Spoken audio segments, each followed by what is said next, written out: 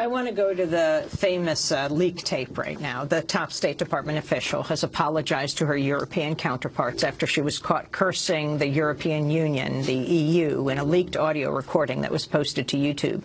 The recording captured an intercepted phone conversation between the U.S. ambassador to Ukraine, Jeffrey Pyatt, and Victoria Nuland, the top U.S. diplomat for Europe. Nuland expresses frustration over Europe's response to the political crisis in Ukraine using frank terms. So that would be great, I think, to help glue this thing and have the UN help glue it. And, you know, the EU.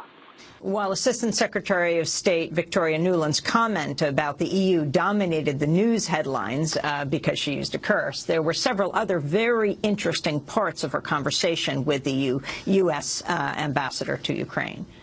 Let me work on Klitschko, and if you can just keep, I think we want to try to get somebody with an international personality to come out here and help to midwife this thing. And then the other issue is some kind of outreach to Yanukovych, but we probably regroup on that tomorrow as we see how things start to fall into place. So on that piece, Jeff, when I wrote the note, Sullivan's come back to me, VFR, saying you need Biden, and I said probably tomorrow for an attaboy and to get the deeds to stick. So Biden's willing. That's the U.S. ambassador to Ukraine, Pyatt, speaking with Victoria Nuland. The significance of what she is saying. She also had gone to Ukraine and was feeding protesters on the front line. Cookies. Well, here again.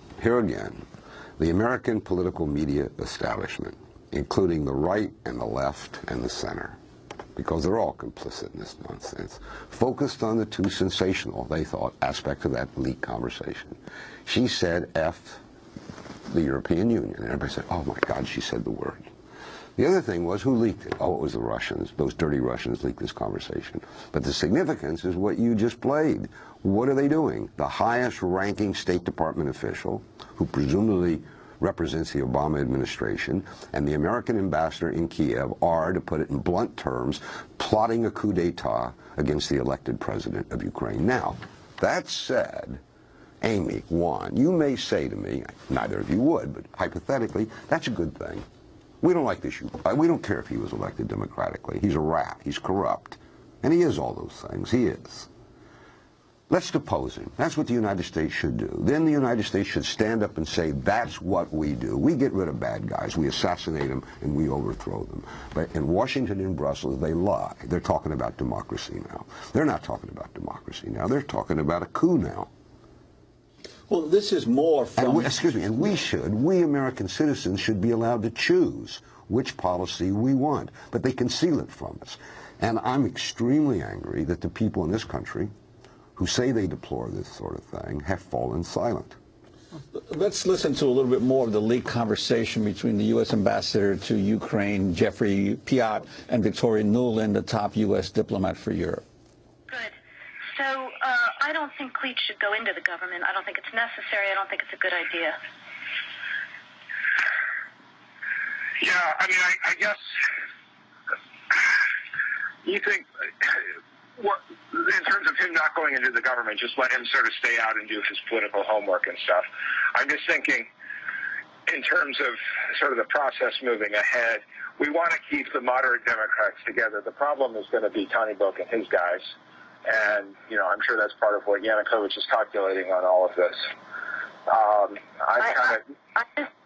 I think Yats is the guy who's got the economic experience, the governing experience. He's the guy, you know, what he needs is Klitsch and Tony Book on the outside. He needs to be talking to them 4 times a week, you know. I just think Klitsch going in, he's going to be at that level working for Yatsenyuk. It's just not going to work. That was Victoria Nuland, the top U.S. diplomat for Europe, speaking with Jeffrey Pyatt, the U.S. ambassador to the Ukraine. Stephen Cohen, this chess game that they're conducting here. Explain the names. Who is Klitsch? Yats. All right. And notice the intimacy which with the Americans deal with the two leading so-called moderate, and these are big shots. They both want to be president, Ukrainian opposition. Klitschko is Vitaly Klitschko, a 6'8" former He resigned his title 2 months ago to enter politics. Heavyweight champion of the world. His residence has been Germany. He pays taxes in Germany. He's a project of Merkel. He represents German interest. I'm sure he's also faithful to Ukraine, but he's got a problem. Yatsenuk, or not Yatsenuk, but the guy she calls Yats, is the representative of the Fatherland Party. It's a big party in Parliament, but Washington likes him a lot. They think he'll be our man. So you could see what they're saying.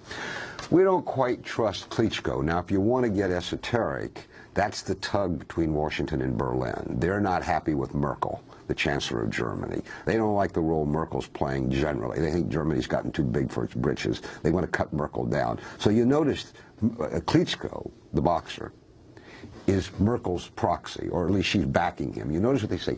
He's not ready for prime time. Let him do his homework. Now, this guy, I'm bad on Ukrainian names, Yatsenyuk, that they say has got to play a role. He's the leader of the Freedom Party, the Svoboda Party, but a large element of that party, to put it candidly, is quasi-fascist. And they're prepared to embrace this guy. This is the guy, by the way, that Senator John McCain in November or December went to Kiev and embraced. Either McCain didn't know who he was or he didn't care. The United States is prepared to embrace that guy, too. Anything to get rid of Yanukovych, because they think this is about Putin. That's all they really got on their mind. And yet here you have President Obama, again, speaking yesterday in Mexico. The United States is not to see these as some Cold War chessboard in which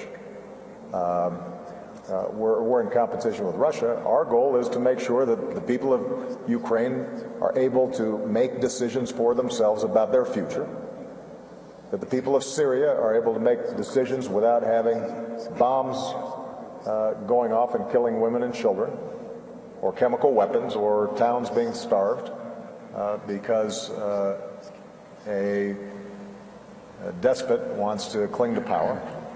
Who benefits from the instability, Professor Cohen, in Ukraine, and what does it mean for Putin? Is he concerned about this? Of course he's concerned. It's right on his borders, and it's all tainting him. I mean, the Washington Post wrote an editorial yesterday. Putin is happy that the violence has broken out in the streets. Everybody understands, even the Washington Post understands, which understands almost nothing about Russia, but they got this, that during the Sochi Olympics, the last thing Putin wants is violence in Ukraine. So why is he happy about it? He deplores it. He's unhappy. He's furious at the president of Ukraine. He read him the riot act on the phone last night, that why doesn't he get control of the situation? What is he doing? So Putin's not responsible for this. Can we speak about Obama? Just very quickly. Very quickly. I grew up in the segregated South. I voted for him twice as historical justice. That's not leadership. That's a falsification of what's happening in Ukraine. And it's making the situation worse. What he says is that we deplore the violence and call upon the Ukrainian government to withdraw its forces and stop the violence. He needs to talk about what's happening in the streets. And is it conceivable, if Ukraine descends into a further civil war, that Russia might intervene? It's conceivable. It's conceivable. Here, I mean, Yanukovych, you might say, as an advisor to Yanukovych, the president of Ukraine, impose martial law now because you've got bad PR in the West anyway, and you're not in control of the situation. The problem is Yanukovych isn't sure he controls the army. He just fired the head of the army. Yeah, we don't know what it means, but it indicates he's not too sure about the army. But by the way, you ask, would Russia intervene? Would NATO intervene? NATO's all over the place. NATO was in the former Soviet Republic of Georgia. Ask yourself that. Would NATO send troops in? Is that yes? You think they would? We don't know. We don't know, yeah.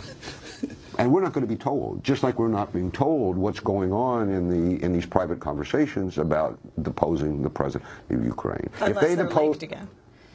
Yeah, and if the Russians leak them, it doesn't count. The U.S. can hardly protest, given the whole scandal with the NSA recording They said, when this got leaked, that this is a low point in statecraft. After Snowden, I mean, what did Tennessee Williams used to say? Mendacity? Mendacity? The mendacity of it all? Don't they trust us, our government, to tell us a little bit of the truth at last?